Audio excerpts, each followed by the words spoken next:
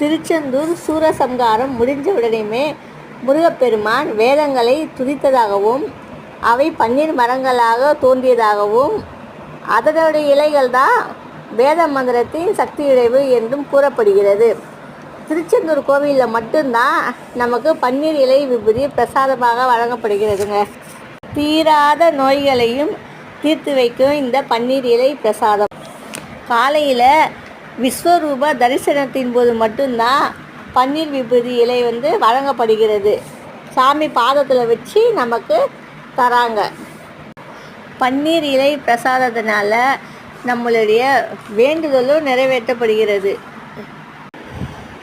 அகத்திய முனிவர்லேருந்து அருணகிரிநாதர் சுவாமி வரைக்கும் சுவாமி கிட்டேருந்து பன்னீர் விபூதி இலை பிரசாதமாக எடுத்து சாப்பிட்டு அவங்களும் நிறைய பயன்பெற்றிருக்காங்க.